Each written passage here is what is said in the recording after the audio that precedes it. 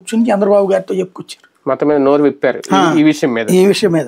నియోజకవర్గాల ఇన్ఛార్జ్ జిల్లాల ఇన్ఛార్జిలే ఇది చూడాలని ఆ సందర్భంగా చంద్రబాబు గారు వెంటనే ఆదేశించాల్సి వచ్చింది. అవును అవును కేబినెట్ లో మంత్రులకి, మీరు ఇన్ఛార్జ్ ఎక్కడైతే ఉంటారో అక్కడ ఎమ్మెల్యేలు మాట వినకపోతే యాక్షన్ మీరు తీసుకోండి అన్నటువంటి మాట.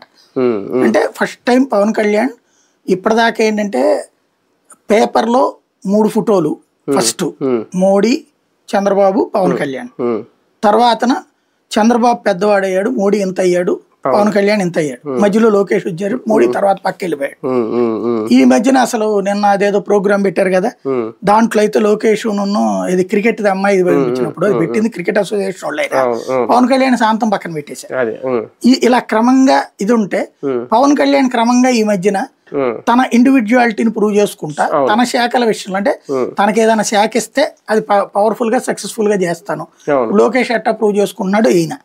మిగతా మంత్రులకు అట్టా ప్రూవ్ చేసుకునే స్వేచ్ఛ లేదు, అది వాళ్ళ దురదృష్టం. ఈయనకి ఆ స్వేచ్ఛ ఉంది, పవన్ కళ్యాణ్ కైనా లోకేష్ కైనా సద్వినియోగం చేసుకుంటాం. అంటే స్వేచ్ఛ ఒకటే కాదు, స్వేచ్ఛతో పాటు ఆ అనుభవం, ఆ టాలెంట్ కూడా. అంటే ఈయనకి పాలనా అనుభవం ఉందని నేను అన్నగానే, ఎందుకంటే ఫస్ట్ టైం కాబట్టి ఆయన మంత్రి అయినా ఎమ్మెల్యే అయినా ఇది ఫస్ట్ టైం.